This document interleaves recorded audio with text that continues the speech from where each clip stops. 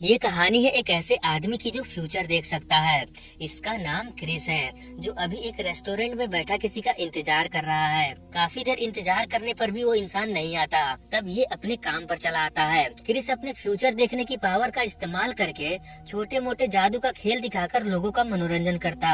यहीं पर हम एक लेडी ऑफिसर कैली को देखते हैं, जो अपने एक साथी के साथ क्रिस का जादू देखने के लिए आई थी। इसका साथी कैली से पूछता है, क्या ये आदमी हमारा काम करेगा? यहाँ पर किस काम के बारे में बात हो रही है, ये हम आगे जानेंगे। शो खत्म होने के बाद क्रिस यहाँ से निकलकर एक कसिनो में आता है। यहाँ पर हमें पता चलता है कि क्रिस हर बुधवार इस कसिनो में आकर जुआ खेलता है, मगर कभी भी ये अपनी लिमिट को क्रॉस नहीं करता, क्योंकि इसे मालूम था कि अगर इसने ऐसा किया तो ये सबके नजर में आ सकता है। क्रिस हम ऑडियंस को बताता है कि ये फ्यूचर देखने की पावर इसे कैसे मिली ये नहीं जानता, और सिर्फ ये अगले 2 मिनट का ही फ्यूचर देख सकता है। खैर, इतना सावधानी बरतने के बाद भी कसिनो के मालिक को इस पर शक हो जाता है, क्योंकि ये हर बार जीत रहा था। इसीलिए ये अपने लोगों को इस पर नजर रखने के लिए भेजता है। मगर जैसा कि हम जानते हैं, क्रिस अपना फ्यूचर देख सकता है, इसीलिए अब ये चुपके से यहाँ से बाहर निकलने लगता है। मगर तभी यहाँ एक चोर आता है, जो कैश काउंटर से पैसे लूटने की कोशिश करता है, और ये ऐसा करने में 2 लोगों को शूट भी कर देता है। ये सब क्रिस आगे होने वाला है ये पहले ही देख लेता है,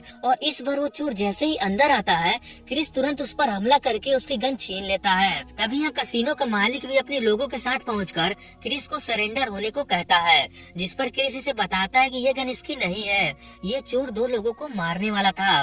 मगर जाहिर है कोई भी इसकी बातों पर यकीन नहीं करता, इसीलिए क्रिस यहाँ से भागने में ही अपनी भलाई समझता है। क्रिस एक गाड़ी चुराकर यहाँ से भागने लगता है। कुछ पुलिस ऑफिसर इसे पकड़ने की कोशिश करते हैं, मगर पकड़ नहीं पाते। इस तरफ कैली कसिनो में पहुंचकर सीसीटीवी कैमरे में क्रिस की हरकतें देख रही थी। इसे पहले से ही शक था कि क्रिस फ्यूचर देख सकता है, और अब सीसीटीवी फुटेज देखकर इसे पूरा यकीन हो गया था। ये कसिनो के मालिक से भी पूछताछ करते हैं, और आज कसिनो में जो भी हुआ वो किसी को भी बताने से मना करते हैं। इस तरफ क्रिस वहाँ से भागकर अपने किसी जानने वाले के पास पहुँचता है। ये आदमी इससे कहता है कि आखिर तुम कब तक ऐसे भागते रहोगे, तुम कोई अच्छा काम क्यों नहीं कर लेते, और क्या वो लड़की तुम्हें मिली जिसकी तुम्हें तलाश है? क्रिस कहता है, हाँ मैंने उसको फ्यूचर में देखा, वो मुझे एक रेस्टोरेंट में मिलेगी, पर कब ये मुझे नहीं पता। इसीलिए तो मैं रोज उस रेस्टोरेंट में जाकर उस लड़की का इंतजार करता हूँ, क्योंकि इसे भी जानना था कि ये 2 मिनट से आगे का फ्यूचर कैसे देख सकता है। दूसरी तरफ हमें दिखाया जाता है कि पुलिस को क्रिस की लोकेशन का पता चल गया है, क्योंकि जिस गाड़ी से क्रिस भागा था उसमें लोकेशन डिवाइस लगी हुई थी। इस तरफ क्रिस और अंकल जॉन आपस में बात कर रहे थे। तभी क्रिस कहता है कि जल्दी यहाँ पुलिस आने वाली है। अंकल जॉन कहते हैं तब तो तुम्हें भागना होगा, मगर क्रिस ऐसा नहीं करता, क्योंकि इसे जानना था कि आखिर पुलिस इससे चाहती क्या है। तभी यहाँ कैली आकर इसे सरेंडर होने को कहती है। क्रिस कैली को समझाता है कि कसिनो में जो आदमी आया था वो एक चोर था, जो 2 लोगों को मारने वाला था। कैली कहती है, हाँ मुझे पता है, मगर तुम ये कैसे जानते हो कि आगे क्या होने वाला है? यहाँ पर कैली इसे सारी बात बता देती है कि इसे इसके बारे में सब कुछ पता है, कि ये आने वाला कल देख सकता है, और अगर इसे जेल जाने से बचना है तो इसे पुलिस की मदद करनी होगी। क्रिस पूछता है कैसी मदद, जिस पर कैली बताती है कि शहर में कुछ क्रिमिनल्स एक बहुत बड़ा बॉम्ब ब्लास्ट करने वाले हैं, और हम चाहते हैं कि तुम फ्यूचर देखो और हमें बताओ कि वो लोग कब और कहां पर बॉम्ब ब्लास्ट करने वाले हैं, जिससे हम उस बड़े हादसे को होने से रोक सके। मगर क्रिस ऐसे झमेले में नहीं पड़ना चाहता था, और वैसे भी ये सिर्फ 2 मिनट आगे का ही फ्यूचर देख सकता है। कैली कहती है, अगर तुमने अपनी मर्जी से नहीं किया तो हमें तुम्हारे साथ जबरदस्ती करनी होगी। तभी हमें पता चलता है कि ये सब क्रिस आगे होने वाले फ्यूचर में देख रहा था। अब क्रिस को पता था कि पुलिस इससे क्या चाहती है, इसीलिए अब ये पुलिस से बचकर यहाँ से भाग जाता है। तभी यहाँ कैली पहुँचती है, जो अंकल जॉन से क्रिस के बारे में पूछती है, मगर क्रिस तो यहाँ से पहले ही भाग चुका था। ये बात कैली को भी पता था कि ऐसा ही कुछ होने वाला है। दूसरी तरफ कसिनो के मालिक से 2 लोग क्रिस के बारे में पूछताछ करते हैं, मगर ये इन्हें कुछ नहीं बताता, क्योंकि इसे कैली ने कुछ भी बताने से मना किया था।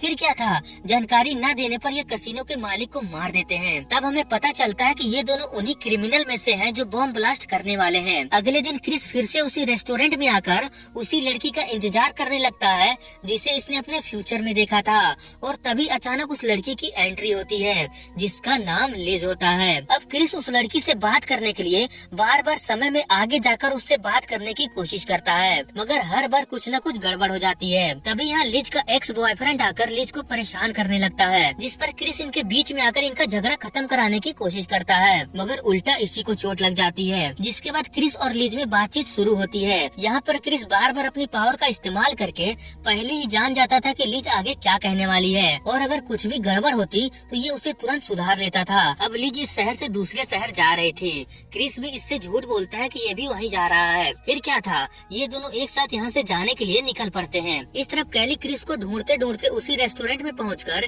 क्रिस के बारे में पूछताछ करती है और अब इन्हें भी पता चल जाता है कि क्रिस कहाँ जा रहा है। इस तरह मूवी के विलन्स को दिखाया जाता है जो इस शहर में बम ला चुके हैं और इसे सही जगह पर ब्लास्ट करने का प्लान बना रहे थे। यहाँ पर हमें ये भी पता चलता है कि ये लोग भी क्रिस के बारे में जानते हैं कि वो आने वाला कल देख सकता है, जिस पर इनका लीडर कहता है ये सब बेकार की बातें हैं, वो सिर्फ एक छोटा मोटा जादूगर है। जिस पर दूसरा आदमी कहता है अगर ऐसा है तो पुलिस हमें ढूंढने की वजह उसे क्यों ढूंढ रही है, और वैसे भी बॉस का कहना है कि इस मिशन में किसी भी तरह का रिस्क नहीं ले सकते क्योंकि इस मिशन को अंजाम देने के लिए हम पिछले 2 साल से मेहनत कर रहे हैं। इसीलिए ये लीडर से कहता है कि जल्द से जल्द क्रिस को ढूंढकर मार दो। इस तरफ क्रिस और लिज उस जगह पर पहुंच जाते हैं जहां इन्हें आना था। लिज यहाँ पर अक्सर आया करती है और इन बच्चों को पढ़ाती थी और उन्हीं बच्चों में से एक का जन्मदिन था। इस तरफ पुलिस और गुंडे दोनों ही क्रिस को पकड़ने के लिए यहाँ पर आ रहे थे। कुछ देर बाद कैली यहाँ पहुंचकर लिज को अपनी कार में बैठाकर क्रिस के बारे में सब कुछ बता देती है और साथ में ये भी कहती है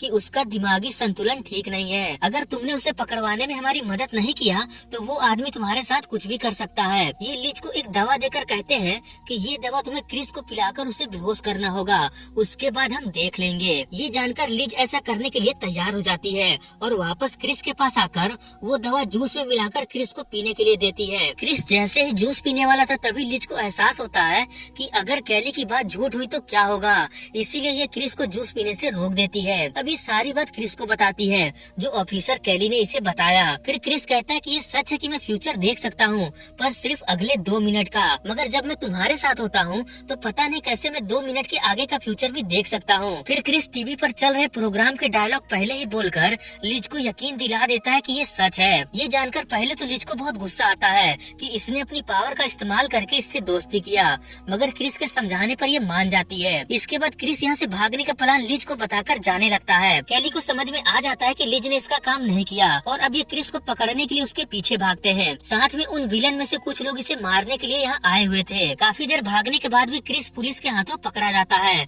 क्योंकि इसके पास और कोई रास्ता नहीं था। ये जानना चाहते थे कि ये न्यूज देखकर बताए कि वो क्रिमिनल्स कहाँ पर बॉम्ब प्लांट करने वाले हैं ताकि लाखों बेगुनाह लोग को बचाया जा सके। फिर क्या था, क्रिस कैली की बात मानकर फ्यूचर देखने की कोशिश करता है और इस बार ये 2 मिनट से आगे का भी फ्यूचर देख पा रहा था। क्रिस ऐसा क्यों कर पा रहा था ये हम आगे जानेंगे। क्रिस आगे होने वाली घटनाओं में देखता है कि लिज को उन क्रिमिनल्स ने किसी बिल्डिंग के छत पर बांध कर रखा है जिसके ऊपर एक बॉम्ब लगा हुआ था और देखते ही देखते वो बॉम्ब ब्लास्ट हो जाता है और साथ में लिज भी। ये देखकर क्रिस बहुत परेशान होने लगता है।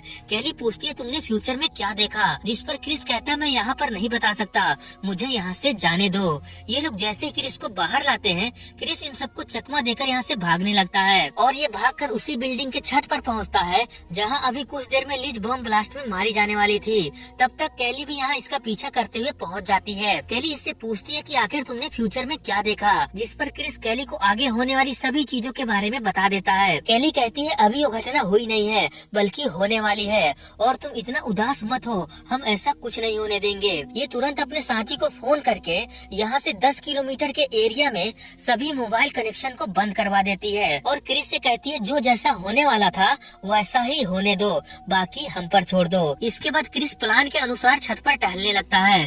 तभी दूर से एक शूटर क्रिस को गोली मार देता है और ये बात वो क्रिमिनल अपने साथी को बताने के लिए फोन करता है, मगर कैली ने पहले ही फोन के नेटवर्क बंद करा दिए थे जिसकी वजह से इसका फोन नहीं लगता और ये पुलिस के हाथों मारा जाता है। कैली क्रिस के पास आकर कहती है तुम तो मरने की बहुत अच्छी एक्टिंग करते हो, तुम्हें तो ऑस्कर मिलना चाहिए। अब ये बताओ कि वो लिज को किस गाड़ी में यहाँ लाने वाले हैं और उस गाड़ी का नंबर क्या है। फिर क्रिस आगे देखकर उस गाड़ी का नंबर और वो किस रास्ते से आने वाली है सब कुछ इन्हें बता देता है ताकि ये लोग पहले से ही रेडी रहें। कुछ देर बाद जैसे ही वो लोग यहाँ पहुँचते हैं पुलिस और गुंडों में लड़ाई शुरू हो जाती है। क्रिस पुलिस वालों को पहले ही बता देता था कि आगे क्या होने वाला है, इसीलिए पुलिस वाले उन क्रिमिनल्स पर भारी पड़ रहे थे। क्रिस एक एक करके उन सभी क्रिमिनल्स को पुलिस के हाथों शूट करवाकर लिज को बचा लेता है, मगर अभी भी उस बॉम्ब का पता नहीं चला जो ब्लास्ट होने वाला था। कैली तुरंत इससे पूछती है कि अब जल्दी देखकर बताओ कि वो बॉम्ब कहाँ ब्लास्ट होने वाला है और जब क्रिस आगे देखता है तब ये बहुत डर जाता है और कहता है कि मुझसे बहुत बड़ी गलती हो गई, ब्लास्ट अभी कुछ ही सेकंड में होने वाला है और देखते ही देखते बॉम्ब ब्लास्ट हो जाता जाता है जिसमें सभी लोग मारे जाते हैं। इसके बाद ये सीन यही कट होकर हमें क्रिस को दिखाया जाता है जो अभी लीच के साथ था। इसका मतलब यहाँ से आगे जो भी हुआ ये सब फ्यूचर में होने वाला था। जैसा कि हम जानते हैं कि क्रिस जब भी लीच के साथ होता है तब ये 2 मिनट से आगे का फ्यूचर देख सकता है। अब क्रिस को पता था कि आगे क्या होने वाला है, इसीलिए ये तुरंत कैली को फोन करता है जो अभी इसको पकड़ने के लिए यहाँ आने वाली थी। ये कैली से कहता है कि ये इनकी मदद करने के लिए तैयार है, मगर इन सब में लीच को दूर रखना होगा। कैली कहती है जैसा तुम चाहो। इसके बाद क्रिस लीच से कहता है कि मुझे एक जरूरी काम से जाना होगा, मैं जल्दी ही वापस आऊंगा। फिर ये कैली के साथ मिशन बॉम्ब ब्लास्ट को रोकने के लिए निकल जाता है और इसी के साथ ये मूवी एंड हो जाती है।